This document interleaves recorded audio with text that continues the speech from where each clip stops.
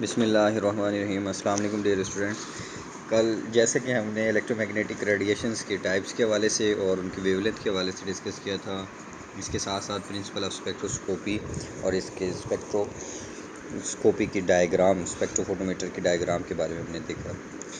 तो इसके साथ साथ हमने स्पेक्ट्रम के हवाले से भी डिस्कस किया था कि स्पेक्ट्रम क्या होता है। स्पेक्ट्रम की डेफिनेशन को मैं रिपीट करता हूँ, उसके बाद हम क्लासिफिकेशन ऑफ स्पेक्ट्रा की तरफ आज के जो टॉपिक है उसकी तरफ चलते हैं।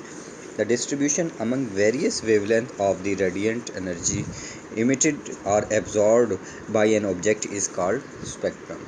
क्लासिफिकेशन ऑफ स्पेक्ट्रा, कि स्पेक्ट्रा को हम किस तरह से क्लासीफाई करते हैं। बेसिकली यहाँ पर टू मेजर जो हैं वो क्लासेस हैं ऑफ स्पेक्ट्रा की, namely emissions and absorption.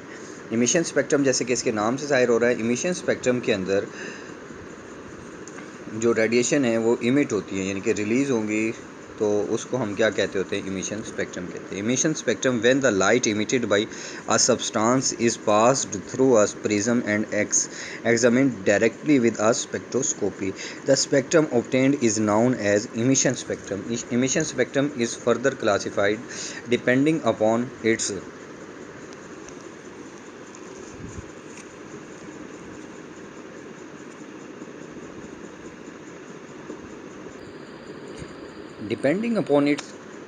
appearance as line, band and continuous spectrum. Absorption spectrum, when white light is passed through an absorbing substance and the examined through a spectroscope, it is observed that certain wavelengths are missing and dark lines appear at their places.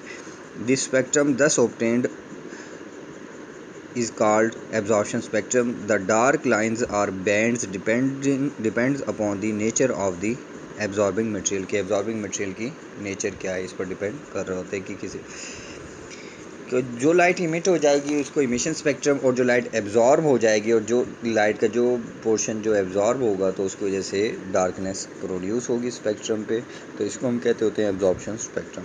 Interaction of electromagnetic radiation with matter के साथ किस तरह से interact करती हैं electromagnetic radiation. The interaction of electromagnetic radiation with matter gives a variety of phenomenon which may occur as follows. If the photons of radiation possesses the appropriate energy, they may be absorbed by the matter and result in electronic transition, rotational changes, vibrational changes or combination of these.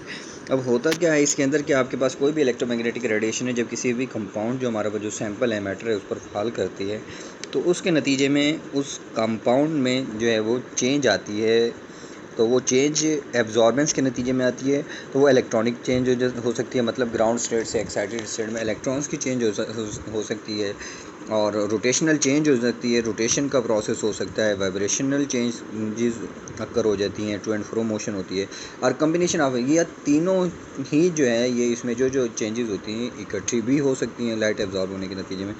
After absorption atoms and molecules becomes excited, बहुत ज़्यादा excited हो जाते हैं।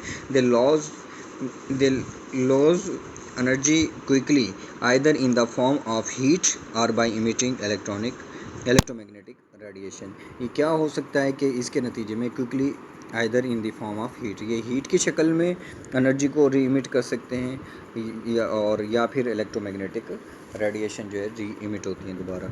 The radiation passing through the matter is not absorb completely, ये मुकम्मल तौर पर absorb नहीं होती। The portion of electromagnetic radiation that passes into matter instead of being absorbed may undergo scattering or reflection or may be re-emitting the same or different wavelength, कि जो light हैं वो एब्जॉर्ब स्कैटर हो सकती हैं, reflect हो सकती हैं, यानी कि एंगल उनका चेंज हो सकता है जब एब्जॉर्ब उसमें मैटर में से पास आउट होंगी निकलने के बाद, और इसी तरह से री इमिट एज सच, जैसे लाइट एब्जॉर्ब हुई थी इलेक्ट्रोमैग्नेटिक रेडिएशन जो पहले एब्जॉर्ब हुई थी वो ही दोबारा री इमिट हो सकती है। When electromagnetic radiation is neither absorb nor scattered it may undergo changes in orientation और पोलराइजेशन।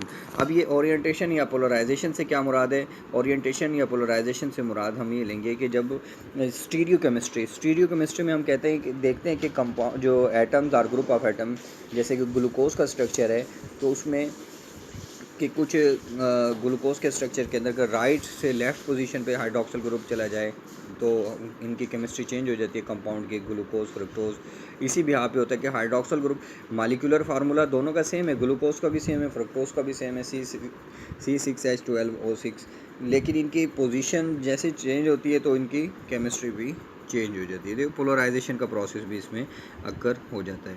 तो नेक्स्ट है इसमें कि electronic energy level in an atom. Electronic energy level, the electrons in an atom occupy the lowest energy level and this arrangement refers to the ground state. जो lower energy level होगा तो उसको ground state कहेंगे of atom. Excitation of atoms by absorbing of radiation occurs corresponding subsequent changes in their electronic energy levels. The electrons can be excited by radiant energy to higher energy state. The process of transfer of an electron from one energy level to other energy level is refer to as electronic emission transition. इसको हम क्या कहते हैं? Electronic transition कहलाता है। एक ground state है और उसके बाद एक्साइटेड स्टेट। ये जैसे ये इनके पोजीशन चेंज होती है नॉर्मल में, यानी कि ग्राउंड स्टेट में जब हम स्टार्टअप लेते हैं, दो जो इलेक्ट्रॉन नॉर्मल पोजीशन में होते हैं, इब्तिदाई पोजीशन में यूँ कह लें आप, तो उसको हम ग्राउंड स्टेट कहते हैं। लेकिन जब इलेक्ट्रोमैग्नेटिक रेडिएशन को एब्जॉर्ब कर लिया उसके बाद इलेक्ट्रॉन्स जो है वो एक्साइट हो जाते हैं, तो इसको हम क्या कह देते होते हैं? इलेक्ट्रॉन एक्साइटेड स्टेट कहलाता है और इसमें इलेक्ट्रॉनिक ट्रांजिशन अकर होती है। ठीक है डियर स्टूडेंट्स, इंशाल्लाह हम नेक्स्ट जो है फिर फर्दर डिटेल में डिस्कस करेंगे। और ये सिंपल सी कुछ बात है ये पैराग्राफ के अंदर, ये इसको रीड कर लीजिएगा आप।